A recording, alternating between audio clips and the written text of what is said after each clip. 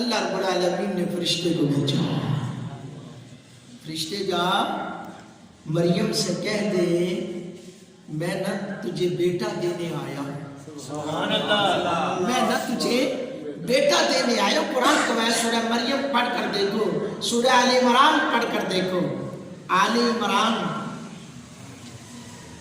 اللہ حضرات محترم، جب یہ قرآن کریم گواہ ہے کہ جبرائیل علیہ السلام آ کر کہتے ہیں کہ میں تجھے بیٹا دینے آیا ہوں، میں تجھے خوشخبری دینے آیا ہوں۔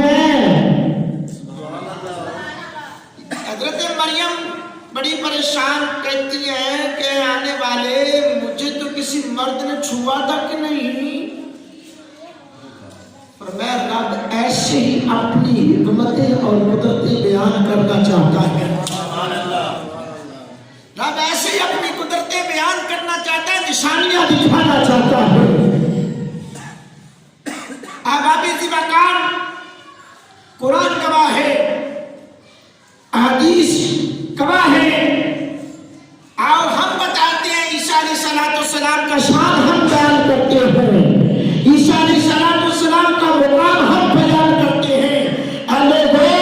شعبہ دعوت فکر دیتا ہوں، عیسیٰ اللہ علیہ السلام کا مقام اگر سننا ہے تو قرآن پڑھ کر دیکھو، اہل ایمان سے پڑھو، اہل اسلام سے سیکھو کہ عیسیٰ علیہ السلام اللہ کے پیارے پیغمبر ہیں، اور ان کی پرورش کیسے ہوئی اور ان کا بچپن میں زبان کھولنا کیسے ہوا۔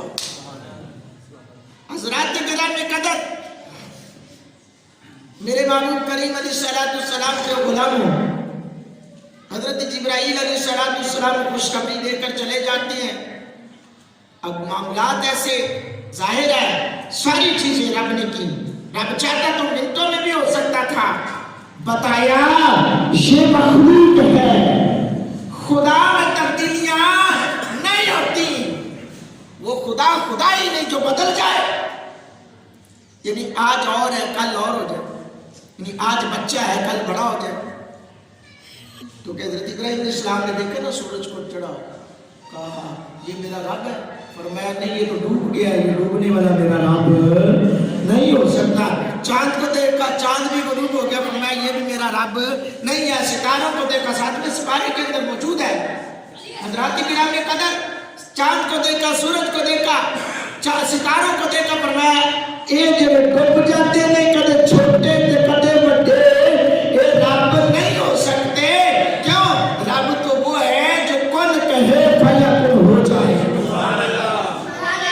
حضرات کرام قدر، عیسیٰ علیہ السلام ماں کے پیٹ میں رہے، تمام معاملات ہوئے، پیدائش ہوئی، تخلیق ہوئی۔